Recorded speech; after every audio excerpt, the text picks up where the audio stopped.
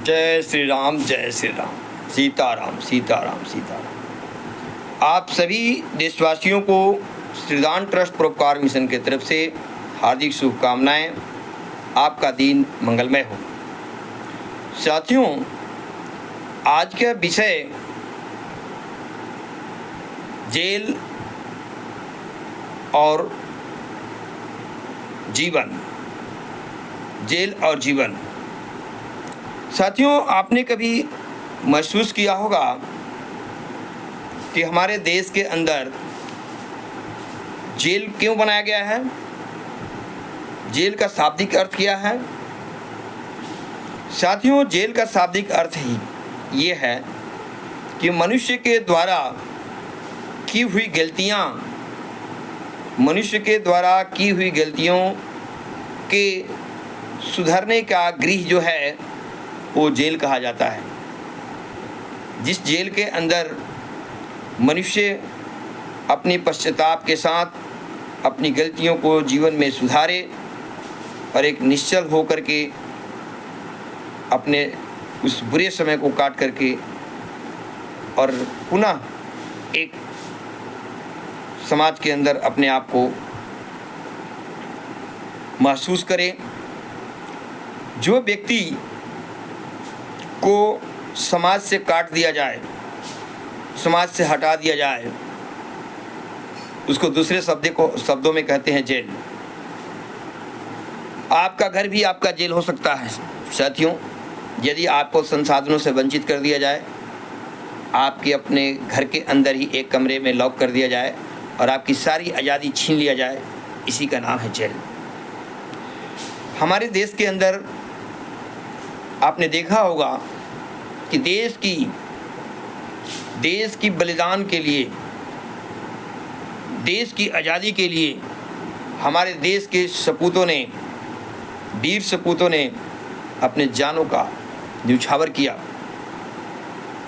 हंसते हंसते फांसी के फंदे पर चढ़ गए, फांसी के सूली पर चढ़े, जेल काटी। बहुत सारे लोग जो है देश की आज़ादी के समय कारागार के अंदर बंद थे, जेल के अंदर बंद थे। साथियों, जेल वर्ड जो है ये अपने आप में ऐसा लगता है समाज में कि ये बहुत बड़ा घिनौना वर्ड है। हम ऐसा नहीं कर सकते हैं। जो देश के लिए सर्वोच्च बलिदान देते हुए हंसते हुए फांसी के तख्ते पर चले गए, उससे पहले भी वो जेल थे। क्या हमें उनसे सीख लेनी चाहिए कि जेल एक गंदा जगह है? नहीं साथियों, जेल एक ऐसी जगह है जहां पर हम अपनी आज़ादी के लिए, हम अपने अधिकार के लिए संघर्ष करते हैं और उस संघर्ष के दौरान दोनों पार्ट आके खड़ी हो सकती है। यदि मैं अच्छा रहूँगा तो एक इतिहास में हमारा स्वर्ण अक्षरों में नाम लिखा जाएगा, फांसी होने के बावजूद भी। साथियों, सुखदेव, भगत सिंह, बटुकेश्वर दत्त, बहुत सारे लोगों ने देश की आज़ादी के लिए फांसी के फंदे पर झूल गए।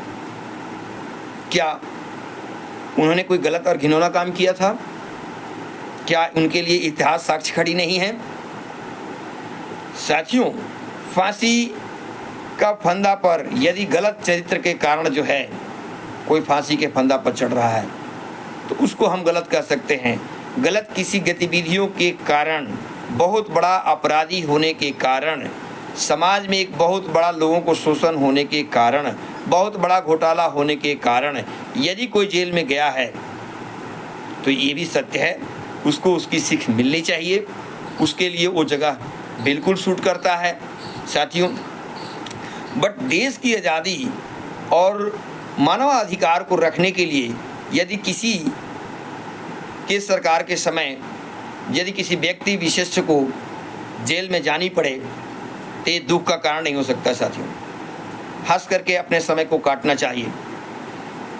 यहाँ शाब्दिक अर्थ ये ढूंढना है कि यदि हमने जेल गया तो किस रीजन में गया, किस कारण गया। देश की आज़ादी के लिए गया, देश में संघर्ष किसी भी तथ्य के ऊपर में गया, किसी को बचाने के उसमें गया, झूठे केस में गया, ये सारी तथ्यों पर निर्भर करता है। अचानक आप गाड़ी चला रहे हैं, कोई बच्चा, कोई व्यक्ति आपके सामने अचानक आ जाता है और आप ब्रेक लगाने में असमर्थ होते हैं, आपका ब्रेक फेल हो जाता है, उस कंडीशंस में एक्सीडेंट हो जाता है। साथियों, उस सिचुएशंस में भी आप जेल जाएंगे।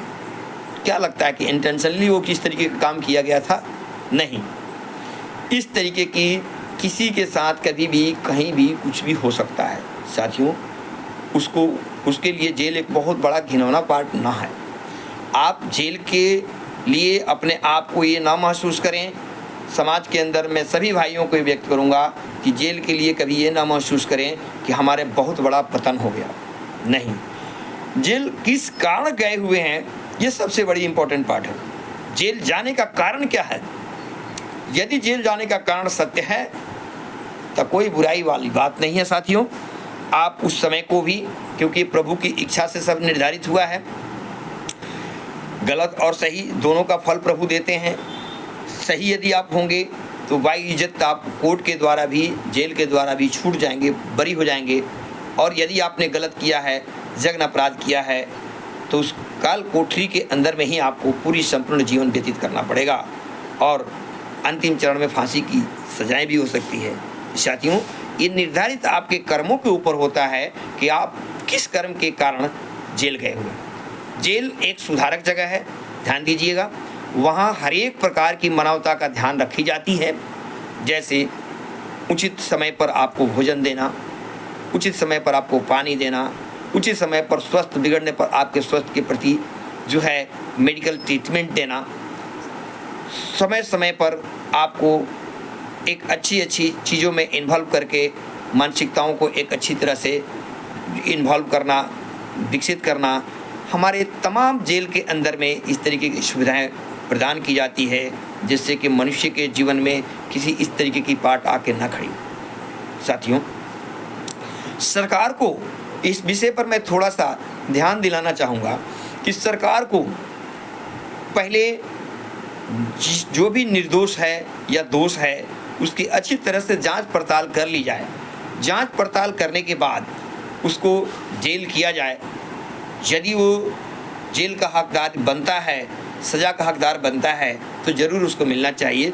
साथियों, देश का हो चाहे कोई भी व्यक्ति हो, उससे उच्च पद पर बैठा हुआ हो, एक आम नागरिक हो, सबके लिए कानून समान है और समान रूप से कानून का पालन करना चाहिए। बट इसमें ये ज़रूर ध्यान देना चाहिए कि बहुत ऐसे निर्दोष लोग हैं जो बेचारे मारे जा रहे हैं और उस निर्दोष में किसी भी प्रकार का कोई दोष न होने के कारण भी वो जेल काट रहा है।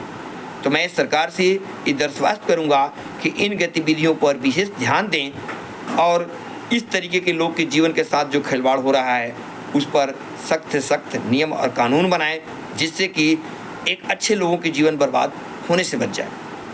मैं तमाम सभी साथियों से आग्रह करूंगा कि जेल जाने से कभी घबराए नहीं, अपने कर्मों से घबराना है। यदि आपका कर्म सही है तो जेल की कोई भी दीवार आपको रोक नहीं सकती है। यदि आपके गलत कर्म होंगे, गलत सोच होगी, गलत इंटेंशन होगा, तो आपके लिए भी वो सूट करेगा, आपके लिए भी जगह अच्छा होगा, क्योंकि ये दोनों कामों के लिए बना हुआ है।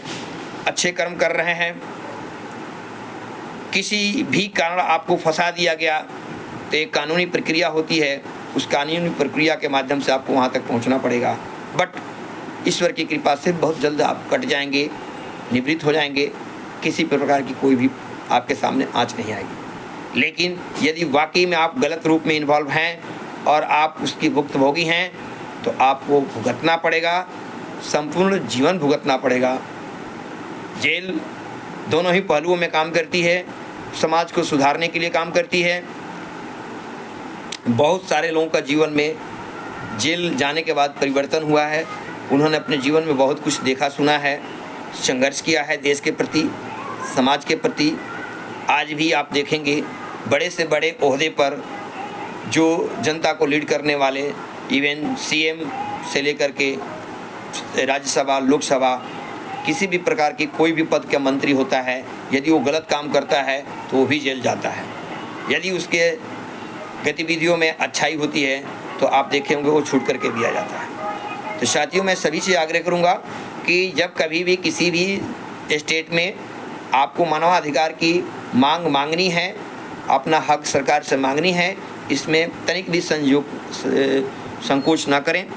जैसे कि अभी बंगाल के अंदर में इंसाफ की मांग हो रही है और उन इंसाफ की मांग में जबरन लोगों को पकड़ करके जेल में डाल दिया जा रहा है। साथियों, उससे बिल्कुल नहीं घबराना है। सरकार कभी कभी गलत गतिविधियों के ऊपर उतर करके अपना काम करती है पब्लिक का आवाज़ को बंद करने के लिए, तो अपनी आवाज़ को कभी बंद नहीं करना है, चाहे वो किसी भी स्टेट का हो।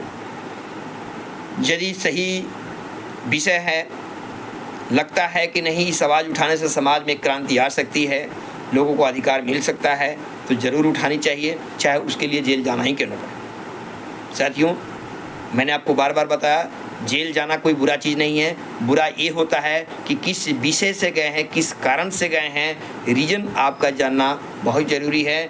रीज़न में सब कुछ छुपा हुआ है, आपके अच्छे कर्म और बुरे कर्म। मैं तमाम सभी साथियों से आग्रह करूंगा जो जेल के अंदर हैं या जेल से बाहर अपना संघर्ष कर रहे हैं, किसी को पाने के लिए, किसी को दिलाने के लिए अधिकार, वो एक संयम होकर के अपनी एक सच्चाई की लड़ाई लड़ें, एक सच्चाई का अधिकार रखने का प्रयत्न करें। मैं आशा करता हूं कि ईश्वर दोनों जगहों में विराजमान है, जेल के अंदर भी हैं, जेल के बाहर भी हैं। सभी साथियों, सभी भाइयों के ऊपर में कृपा बरसाते हैं। वो टोटल आपके कर्मों पर निर्धारित होता है। कहा गया है कि जो जैसा कर्म करेगा वैसा फल देंगे भगवान। ये है गीता का ज्ञान। गीता में भगवान ने स्वयं अपने श्रीमुख से कहा है कि जैसा कर्म होगा वैसा फल देंगे। फल दोनों प्रकार के मिलेंगे, अच्छे का भी और बुरे का भी। इसलिए घबराना नहीं साथियों। श्रीदान ट्रस्ट परोपकार मिशन आप सबकी शुभकामना चाहती है। देश में कल्याण हो, सभी मानव जातियों का कल्याण हो। श्रीदान ट्रस्ट परोपकार मिशन की तरफ से आपको बहुत बहुत धन्यवाद। आपका जीवन मंगलमय हो। जय श्री राम, जय श्री श्याम। धन्यवाद साथियों, धन्यवाद।